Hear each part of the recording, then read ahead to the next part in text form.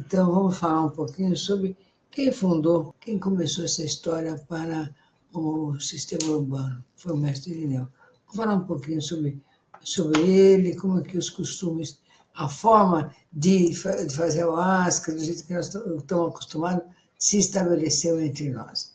Então, a todos aqueles que estão nos acompanhando, ninguém entrou, achando que sábado a gente não vai, não, só domingo que a gente vai dar uma folga. Mas sábado a gente também fala um pouquinho. Então, hoje eu quero falar sobre o mestre Irineu. Então, o mestre Irineu, ele viveu entre 1890 a 1971, né? 1971. Então, ele teve uma vida longa e uma vida muito interessante. Então, ele nasceu no Maranhão e faleceu no Acre. Então, o mestre, ele saiu de lá, pegou um barco aos 15 anos de idade. Uns dizem 15, outros dizem 16. Não existe assim uma precisão rigorosa sobre isso. Foi para o Rio Amazonas, desceu o Rio Madeira e chegou à capital do Acre. Então, chegando lá, ele começou a sua vida. E tinha amigos lá, conheceu pessoas que falaram para ele sobre as coisas. Ele andou lá por aqueles rincões, daquelas matas do Acre, do Peru, da Bolívia, porque naquela época não havia assim, muita fronteira. Aliás, a fronteira foram eles mesmo que fizeram, né? Não tinha nada aduaneira, aqui é Rio, aqui é Peru, aqui é Bolívia. Tudo uma mata só. Então, eles estavam andando por lá, conheceram umas pessoas que falaram que tinha um terreiro, que tinha um médium chamado Antônio, que recebia umas entidades muito interessantes. E se tomava uma bebida indígena. Eu falei, pô, vou lá. Imagina só, o cara lá no meio da floresta, não tem nada que fazer, pá, foi. Então, antes disso, a ayahuasca já era conhecida. Já foi catalogada aqui no Brasil mais de 71 aldeias indígenas, grupos indígenas, essa bebida. Cada um toma do seu jeito, não é que toma só cipó e chacora. Um mistura, um tem mais uma que a outra, outro só tem um jeito, outro só tem a outra. Mas, de alguma forma, conhecem esse chá. De alguma forma, conhecem. Não é uma coisa assim, como a gente conhece cipó, chacora, água, fogo, não. Eles têm várias formas e vários cantos para ela. Então, esse era tão conhecido que, na época da descoberta do Brasil, por razão da Inquisição, os padres aqui presentes já mandaram relatórios para o Vaticano falando sobre essa bebida diabólica.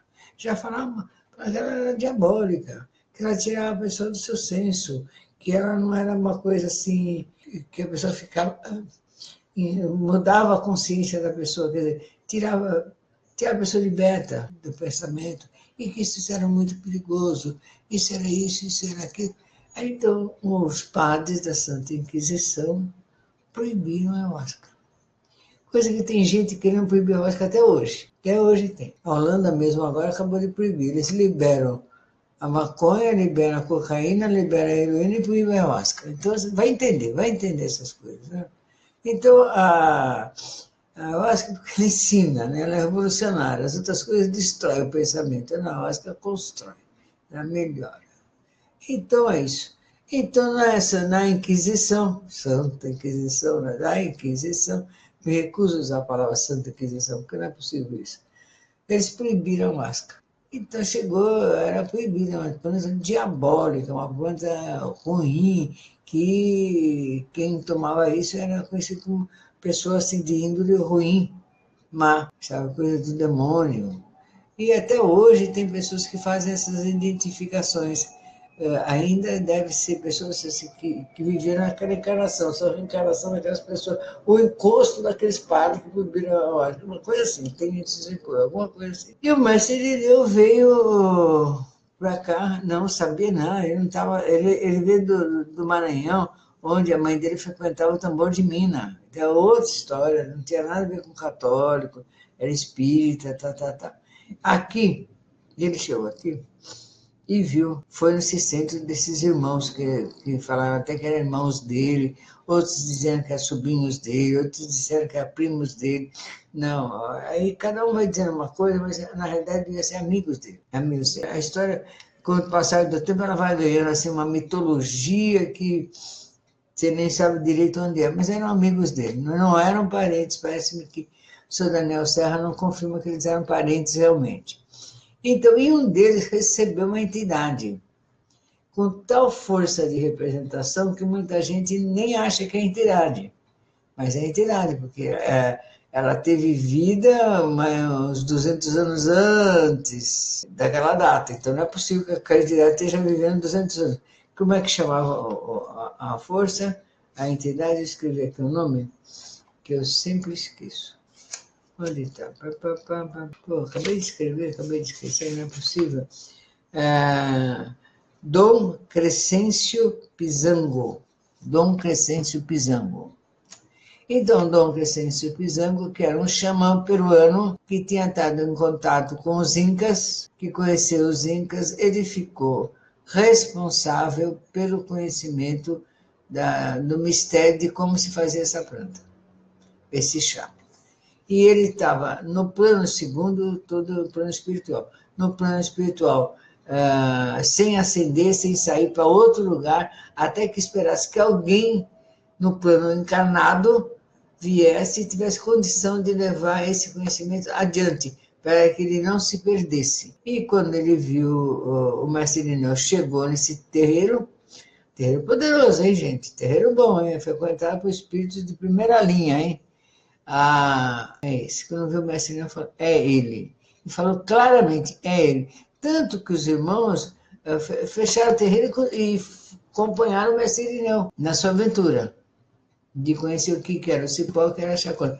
Até então, ele não conhecia nada. Aí que ele ficou sabendo o que era, e Dom Pisango chegou e falou. Ó, Crescêncio Pisango falou. Olha, assim que se faz, papapá. Deu a receita para ele. Porque ia ficar no plano astral para mostrar para ele onde essas plantas estavam, que os índios sabiam e tinha muita gente que sabia. E tinha gente que sabia, então não era também tão difícil achar essa planta no meio da floresta. Pá, aí foi. Poderoso, poderoso. No mesmo período, não sei como, apareceu um outro espírito para o mestre Irineu, que disse que chamava Clara. E que depois, no decorrer dos anos, ele chamou de Nossa Senhora da Conceição. Mas hoje não vamos falar disso, eu só estou deixando o registro. Então, o mestre Irineu começou a sua jornada e fez exatamente como as entidades mandaram, porque há de convir que é impactante um negócio desse. Você chega ali, uma entidade fala, é você, e vai ser assim, assim, assim. É impactante, muito, é forte, né?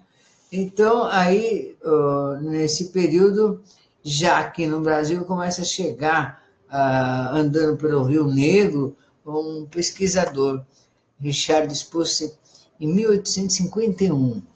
Aí o que ele faz, esse homem?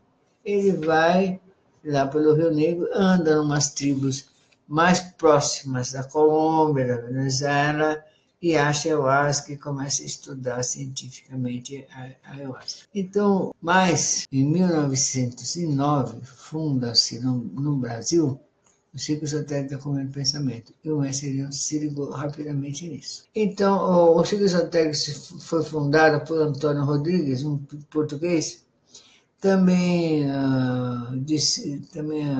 admirador da Blavatsky, admirador dos iniciados, mas ele sofreu uma influência mais forte do filósofo Papus, da filosofia martinista, que daqui a pouco a gente pode, ou uma outra hora, a gente pode começar a falar sobre isso, porque essa filosofia martinista, esotérica, de magia, de conhecimento, influenciou o mundo inteiro, inclusive a ayahuasca. Então, muita coisa você vai ver dentro da ayahuasca, de procedimentos das pessoas, você vai ver, tem influência martinista, de influência martinista. E é bom a gente saber da onde vêm as coisas. Então, nesse mesmo período, daí o mestre Irineu começa a trabalhar, fazer seus trabalhos. E durante um período muito grande, ele fez os trabalhos só com aqueles amigos dele. Aí, inclusive, nós vamos cantar o Inário do Germano, que é um deles que estava ali junto com ele. Um homem simples, que reunia e que foram acreditaram na visão de alguém, que alguém falou que ele era a pessoa que ia levar a Oscar para o mundo. Agora, você imagina, um grupo de homens no meio da floresta acreditando que eles vão levar uma planta e influenciar positivamente o mundo todo no meio da floresta do Acre, de um lugar que Deus esqueceu. Que não vai ninguém, não tem água, não tem luz, não tem conhecimento, não tem escola, não tem hospital, não tem nada. Está perdidinhos lá na floresta. Imagina, imagina. Os caras têm que ter muita fé para poder acreditar numa coisa dessa. Então, acredito que o pessoal em volta diz, estão bem maluco, estão bem maluco. E o mestre Irineu vai, e eles vão se reunindo para estudar, para ver qual era, que era, o que fazia. Eles se tornam homens melhores do que eram. Aprendem a ler e escrever quase praticamente sozinhos. Começam a ver, a floresta começa a ensinar para eles as coisas. Eles vão tendo conhecimento com os índios, com os caboclos, com Deus e o mundo, e o mestre Irineu passa a ser conhecido como mestre curador. Então as pessoas tinham qualquer problema, chamavam ele. Ele chegava lá, dava um copinho de ayahuasca e ficava cantando lá. As pessoas melhoravam. Então foi assim. Até que ele começou a fazer os trabalhos, receber os hinos, devagarzinho, porque os companheiros dele já estavam recebendo também. Hinos que se chamaram doutrina, porque são hinos de folha solta que ensinam. Então, e ele foi se organizando, não tinha roupa assim, farda, não tinha assim, homem para cá, mulher para lá, criança para lá, não tinha essas coisas. No começo não, ele foi organizando na medida da necessidade.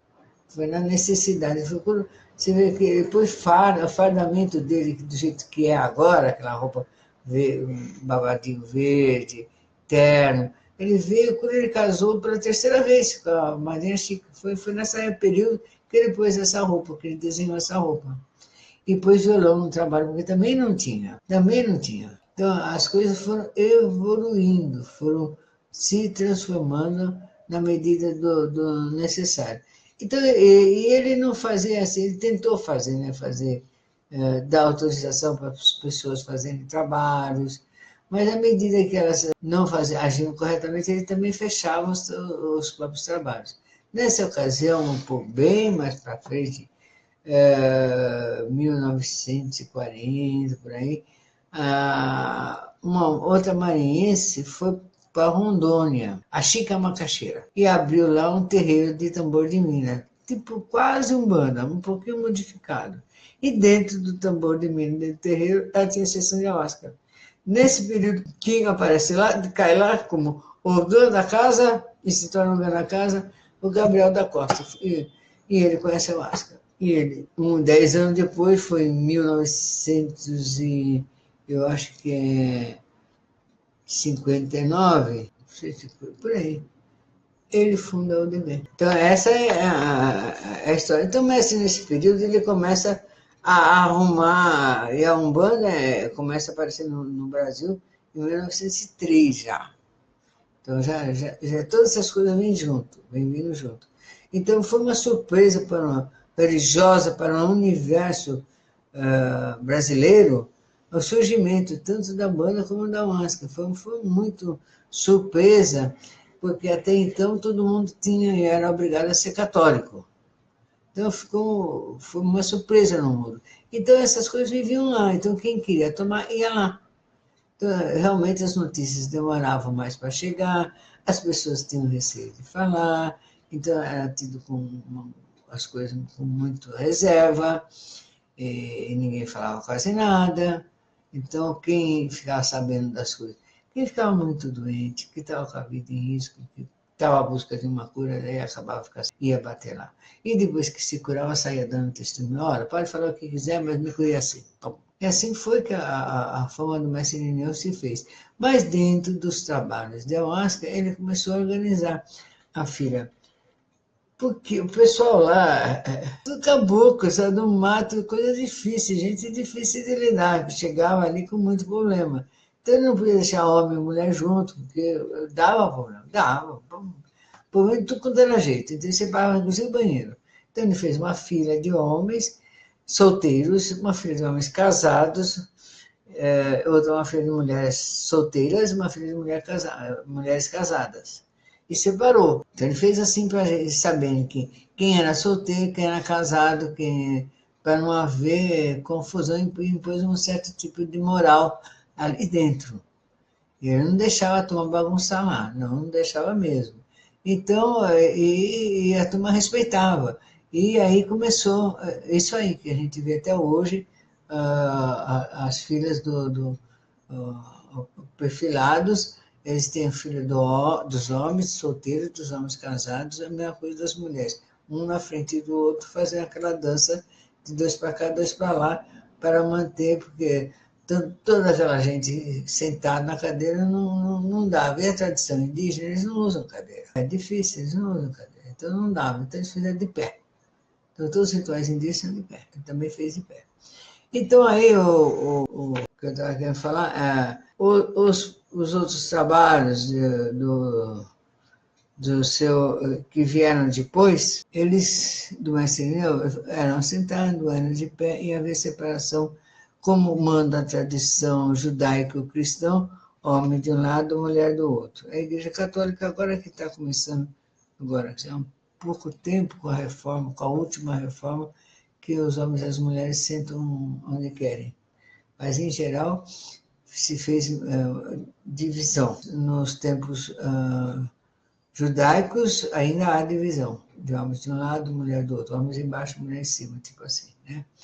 Então, quando eu comecei a fazer os trabalhos à Porta do Sol, eu raciocinei sobre isso. Eu falei assim, vou fazer diferença ou não? Pensei. Eu falei assim, olha, aqui tem que ter respeito, não pode haver desrespeito aqui dentro. Eu vou deixar homens e mulheres juntos.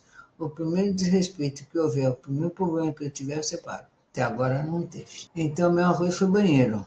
Já há 20 e tantos anos atrás, 24 anos atrás, foi banheiro para homem e para mulher. Porque era na minha casa. Tá? Tinha vários banheiros na minha casa. Mas um era aqui, outro era lá embaixo. Então eu falei, não, banheiro para homem, para mulher.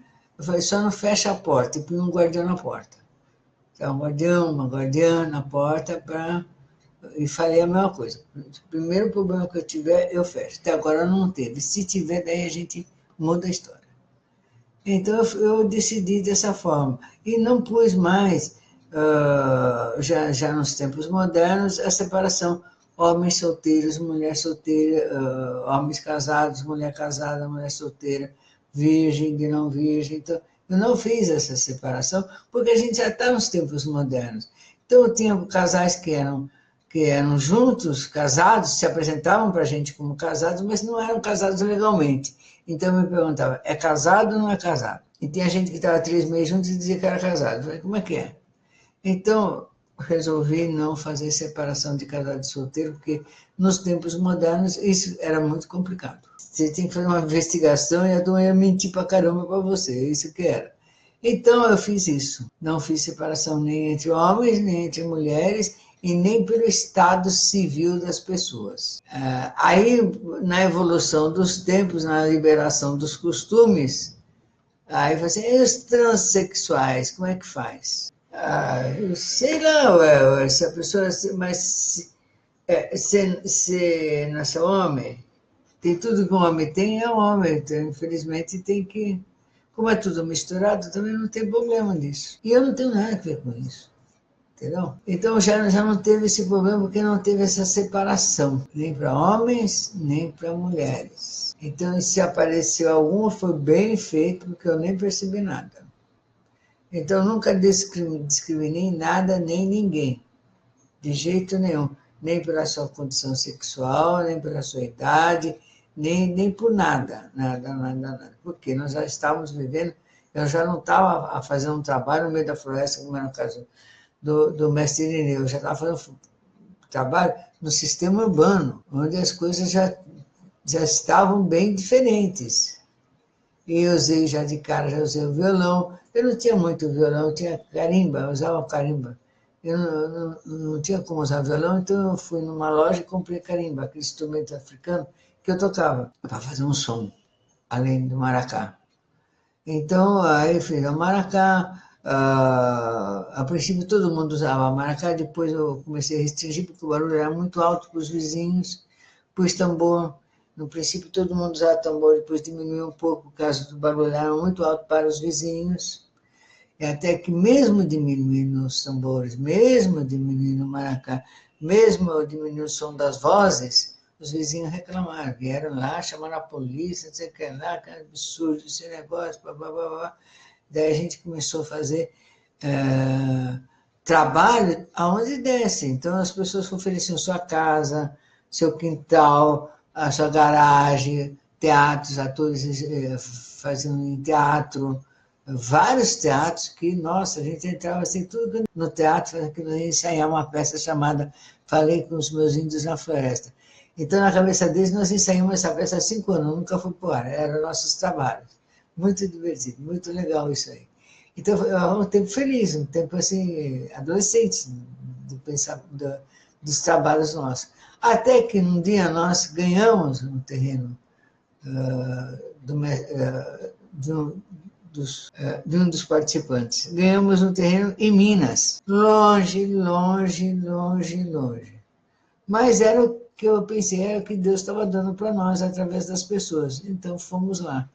Fizemos uma bela, maravilhosa fornalha e uma cozinha. Então fazíamos trabalho na fornalha, íamos lá para fazer os nossos, começar a fazer a plantação. E começamos a fazer uma belíssima plantação que está lá até hoje. Até que esse membro da Porta do Sol resolveu ter um trabalho próprio, ter as coisas dele próprio, e nos tirou de lá. Falou, não quero mais a Porta do Sol aqui, porque quem vai ficar aqui sou eu, vai ficar não sei quem, não sei quem. Então, você é uma bruxa, você é isso, tá, vai embora, vamos embora. Então, nós pegamos algumas mudinhas de onça, de cipó, de chacrona, fechamos algumas portas que estavam em aliança com eles, choramos pra caramba, ficamos muito tristes, porque, poxa, as chacronas estavam tão bonitas, tão grandes, o cipó estava crescendo tanto que já estava precisando fazer apoio para eles, porque eles estavam já até caindo no chão de tão grande que eles estavam. A gente tinha tido um trabalho imenso, porque eram 4, 5 horas para chegar lá, e a gente ia. Ia bastante gente, trabalhos e trabalhos lá, muita gente ia. E tá, voltamos ao esquema A, quer dizer, vamos fazer na casa disso, na casa daquilo, no sítio de Cotia, no sítio de não sei de onde, até que um dos membros da Porta do Sol nos deu o terreno Marinque. O terreno Marinque não estava nas mesmas condições de Minas. É um terreno difícil, é no chão. E quase não tinha ninguém lá. O terreno lá não valia nada. Então, eu sou Degas, louvado seja o seu nome, muito obrigado por tudo, somos eternamente agradecidos, mas tudo. Ele e a ex-esposa dele, a dona Glória, que eu falei assim, eles podem cagar na minha cabeça, eu vou falar obrigado, eternamente. E estou falando agora outra vez, obrigado, obrigado, obrigado, obrigado. Eles nos deram esse terreno, um terreno enorme, e a gente começou a limpar, começou a cercar, começou a arrumar e a deixar como é hoje. E aí plantamos cipó e chacrona, e graças a Deus esse terreno se conservou até hoje, e nós conseguimos estruturar e fazer a Porta do Sol de forma mais tranquila. E nesse entremeio, a Leona compra um terreno no Rio de Janeiro, faz a Pedra Branca. Aí um membro vai para o Rio Grande do Sul. Eu queria ter uma porta no Rio Grande do Sul, acho tão importante ter lá nesse estado. E fizemos uma porta só lá. E depois veio a Denise Haddad, que fez a porta em Araraquara. Corajosamente fez em Araraquara. Ela tem um primo lá que tem um trabalho de idade.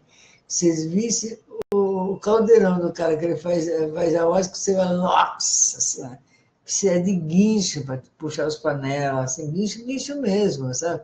Tinha assim de caminhão. Então, o negócio, ela foi lá e fez. Incrível, maravilhosa. Então, os trabalhos vêm se multiplicando. Estou falando do nosso lado. No entremeio surgiu milhares e milhares de de grupos. Da porta mesmo saiu muitos grupos. Tem muita gente fazendo trabalho, mas quem não ficou na porta fez trabalhos, mais do lado do cigano, mais do lado umbandista, mais do lado mais... Mas às vezes queria ser um grupinho que ficasse menos sem compromisso, sem ter que registrar, fazer a ata da satisfação, sabe? Sem nada. Então, tem gente que preferiu ficar nesse estágio, fazendo o seu sítio de vez em quando, uma vez por mês, uma vez cada 15 dias, pôr uma música clássica, ou pôr uma música que o filho recebeu, que a empregada recebeu, que a mãe recebeu, e acha bonitinho, e acha legal. Então, faz assim seus trabalhinhos, e vai indo. E vai indo mantendo o nome da Huasca para Paraná. Outros vão levando mais a sério, vão estruturando melhor, porque a coisa vai chegando na estruturação de uma igreja, Porque é isso que o governo pede para que a gente tenha a estrutura, não precisa ser parecido com a igreja católica, nem protestante, nem nada, mas tem uma estrutura de respeito, de responsabilidade, de asseio, sabe? Que não seja assim um oba-oba, que não seja uma brincadeira. Você vê que nós temos isso assim mais de 100 anos. Então, acho que não é uma brincadeira que você possa chegar ali e vai tirar eu gosto da Huasca porque eu vejo isso, vejo aquilo. Então, tem Huasca que canta indiano, geralmente as pessoas têm uma tradição indiana, mas as danças de Shiva, é forte, tem corrente forte, bastante gente fazendo isso. Tem outros que são mais judaicos, cabalistas, tem outros que são mais africanos, cantam as músicas africanas, tem de tudo. E vai indo. Então, agora, tem. O tempo que dura, que aguenta e suporta, porque ela vai corrigindo, ela vai melhorando. Aí é outra história. Então, cada dia que a gente consegue existir é uma vitória. É sinal que nós estamos indo bem. Então, quando eu falo com os padrinhos antigos, eles falam assim, Ana, deixa as coisas são assim mesmo, vamos ver como é que vai ser daqui a 10 anos. Daqui a 10 anos a gente vai ver isso aí, como é que é. E é isso mesmo, não tem jeito. Então, daqui a 10 anos vamos ver como é que estão as coisas. Então, a gente está conseguindo chegar, está quase chegando nos 30 anos. Então, está indo, estamos indo. Fé. Então, queridos, eu estava contando só a história nossa, de como é que nós existimos, como é mais ou menos as decisões tomadas sobre o homem para cá, a mulher para lá, que a gente na produção não fez porque estamos no sistema urbano. E eu tenho certeza que o mestre Irineu, se estivesse no sistema urbano, também não faria. Mas lá, acho que até eu também faria, porque era necessário, segundo a coisa ali era necessária. Também não fiz igual a roupa, porque eu não fazia o mesmo hinário que eles. Eu não usava cruz de caravaca, eu usava outra cruz. Então eu falei, não é justo usar essa roupa. Então o que eu fiz? Eu usei um manto, criamos um manto que tanto homem como mulher pudesse usar igualmente, que é o manto que nós usamos hoje. Ele vem melhorando o corte. Então, o corte fica melhor, a forma fica melhor. Ele não é branco, ele é perolado. Tá? Uma cor perolada, porque o branco mesmo é muito forte. Então, ele é perolado. Então, comprido, porque a pessoa pode vir com a roupa que ela quiser, de calça comprida, pode vir de shorts, de vestido, do que quiser, e põe o manto, acabou. Fica todo mundo igual, sente igual. Então, iguala todo mundo ali, naquela hora. E é fácil de lavar também, é fácil de tudo, fácil de tudo. Então, a gente tem usado isso aí, porque a roupa realmente... Tem gente que abusa, né? Tem gente que vai para o trabalho, não no nosso caso, que já não acontece mais, mas já aconteceu. Que é um trabalho como quem ia na discoteca. Eu falei, gente, isso aqui é um trabalho espiritual. Mas, atualmente, isso não acontece mais. Então, são decisões que a gente foi tomando ao longo de ter um altar. O nosso altar não é um altar humanista, que você põe estátua ou as fotos dos desenhos das entidades ou de gente antigos. Não, nós não usamos fotos de ninguém. nem do mestre Irineu. Não tem, porque senão vai começar a fazer por vela na frente das fotos, pronto. Começou a idolatria. É isso. Entendeu? A gente não usa foto no altar, flores. Então foi outra decisão que a gente tomou. E usamos flores, pedras preciosas, pedras cristais, porque elas guardam memória, dão energia, por várias razões. O que mais? É isso aí, não tem muita coisa também, assim. E quanto à dosagem da ayahuasca, então o mestre Irineu só usava um tipo de, de ayahuasca. Ele fazia um ponto e aquele ponto pronto. É o mesmo até hoje. Então o Sebastião que veio fazendo graus. Um grau maior, um grau menor, fez vários graus, até chegar no grau mel, que chama de mel, que é o grau que o xamã peruano usa. Os xamãs peruanos usam esse grau mel. O deles é esse. Nossa, eu já tomei essa ayahuasca aí, meu Deus do céu, pelo amor de Deus. Deus tem de piedade das nossas almas. Mas é ótimo.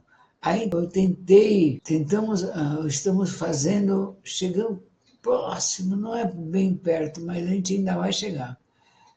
Que é a ayahuasca que eu chamei de celestial, que eles chamavam de ayahuasca mel, o peruano chama de ayahuasca mel, o brasileiro chamou de ayahuasca preta, e eu chamei de ayahuasca celestial, assim, nem para o doce e nem para a cor. Vamos por outra denominação. Essa mais positiva, assim, né? Que fosse positiva.